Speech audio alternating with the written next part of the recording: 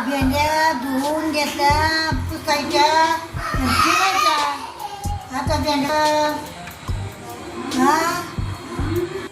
आता हे म्हातारी भेंडी करते.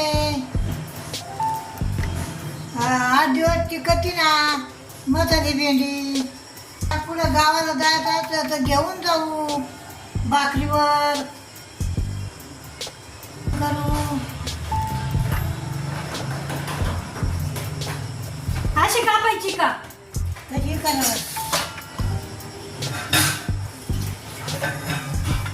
ना बसा बसा चिरायचं तर काय काय.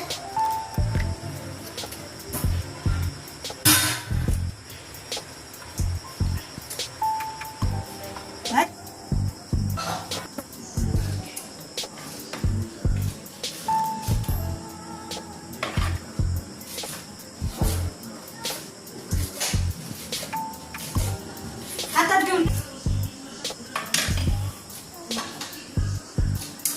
अशी भेंडी कापी ते म्हातारी भेंडी करायची.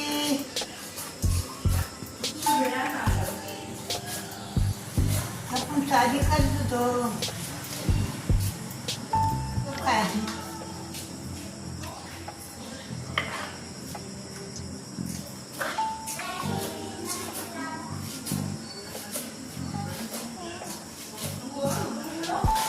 आजीवर खात्या काय हे असं ना. हा.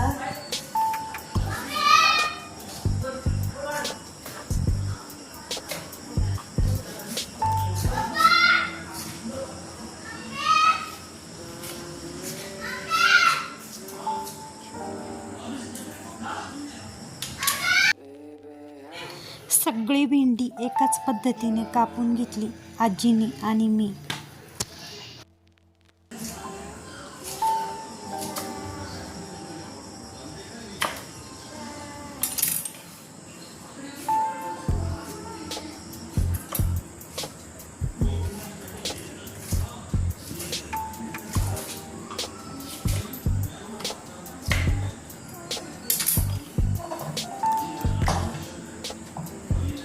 भेंडी कापून झाली आता.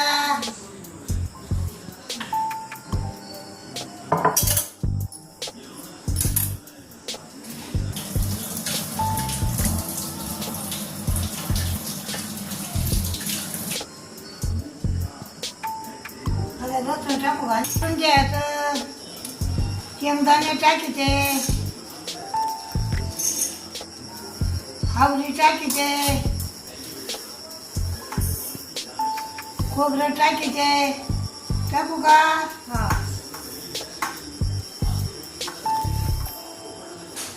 कढी टाकायची. हे बघ कढीपत्ता टाकीचे. टाकू का? हे बघ आता वाटायचं. आता बघ समजा मसाला वाटून घेतला. हळदी टाकायची. धने पावडर टाकू का? आता मसाला टाकीचे, मीठ टाकीचे, हळद टाकीचे. टाकीचे ना भेंडीला.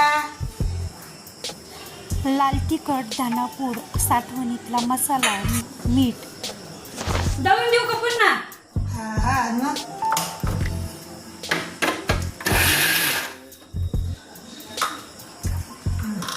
हे असंच ना.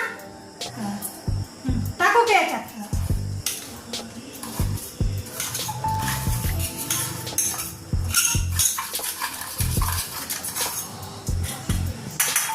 आता काय करायची भेंडी. कढई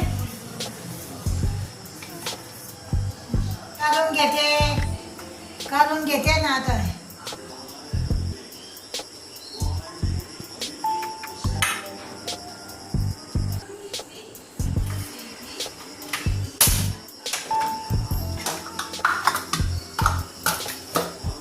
तेल टाकू का?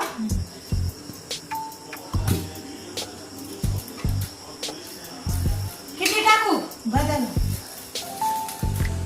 माझी भेंडी. आता मोहरी टाकली. आता मोहरी कडकडून दिली का मग मसाला परतून घेते. आता मोहरी लागली करायला आता मसाला टाकीते ना. टाकू का मसाला टाकीते आता.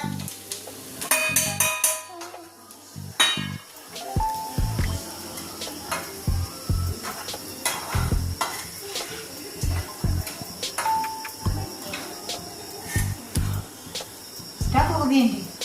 आता भेंडी टाकीते मसाला. परत आता भेंडी टाकू का.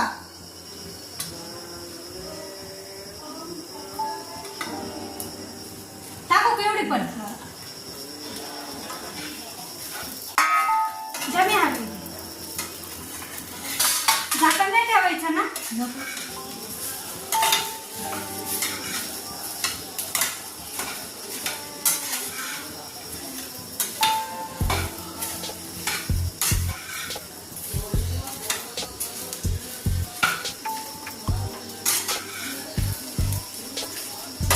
पाणी कमी याच्यात धुवून घ्यायची का.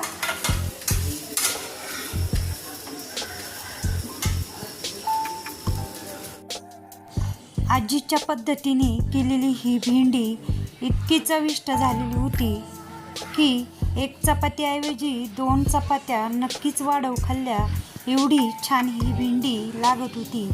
एक वेळेस नक्कीच या पद्धतीने भेंडी बनवून बघा.